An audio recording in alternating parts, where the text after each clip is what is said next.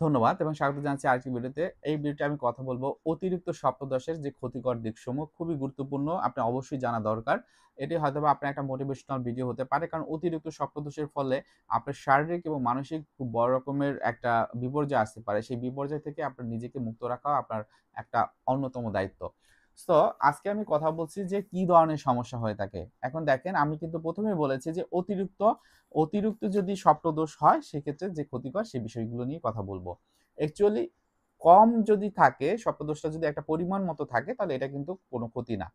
স্বপ্ন দোষ, এই দোষ কথাটা স্বপ্নের সাথে থাকলেও আসলে এটা কোনো স্বপ্ন দোষ নয়। তবে অতিরিক্ত স্বপ্নদোষ যদি হয় সেক্ষেত্রে সমস্যা। এখন আসেন অতিরিক্ত স্বপ্নদোষের ক্ষেত্রে কি ক্ষতিকর কারণ হতে পারে? ১ নম্বরে যেটা হতে পারে রাতে ঘুম না আসা। দেখা গেছে অতিরিক্ত স্বপ্নদোষের কারণে আপনি অতিরিক্ত চিন্তা করছেন, টেনশন করছেন, রাতে ঘুম হচ্ছে না। এবং সেক্ষেত্রে কি হয়?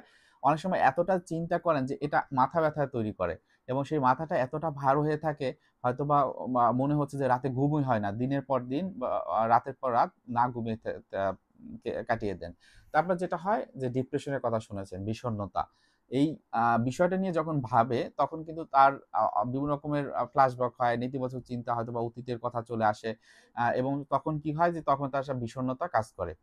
এরপর যেটা হয় চোখে কম দেখা। অনেক ক্ষেত্রে যদি অতিরিক্ত আ আ স স্বপ্নদোষ হয় সেক্ষেত্রে কিন্তু তার চোখে কম দেখতে পারে। এটাও আ সাইকোলজিক্যাল বিষয় না, এটা ফিজিওলজিক্যাল বিষয়। কেননা যদি এরকম হয় যে আপনার যে হরমোনাল যে ইমব্যালেন্স সেটি যদি হয় সেক্ষেত্রে এই ধরনের সমস্যা হতে পারে। চোখে কম দেখতে পারেন।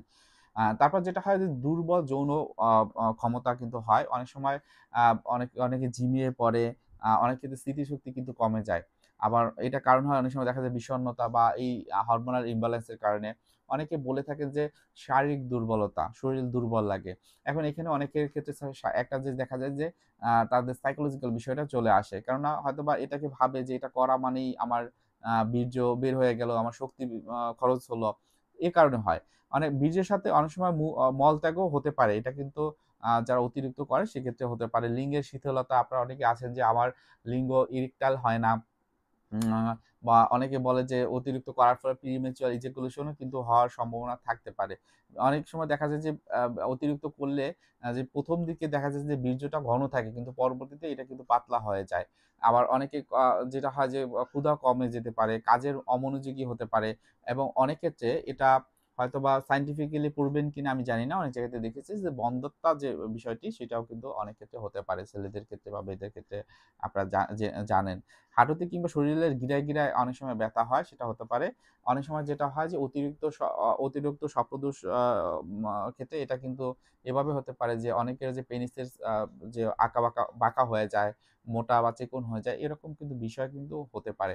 সো আজকের বিষয়গুলোতে আমি যেটা বলতে চেয়েছি যে অতিরিক্ত স্বপ্নদোষের কারণে অবশ্যই যারা স্বপ্নদোষ তো আর ইচ্ছা করে নিয়ে আসতে চায় না বা কেউ করতে ইচ্ছার মাধ্যমে হয় না। সো এই জায়গাটাতে বলব আপনি একটু রিল্যাক্স থাকুন এবং নিয়মিত মেডিটেশন এবং রিল্যাক্সেশন এক্সারসাইজ করুন। খুব বেশি সমস্যা হলে অবশ্যই প্রফেশনাল কোনো সাহায্য নিন। ধন্যবাদ। ভালো থাকেন। আসসালামু আলাইকুম।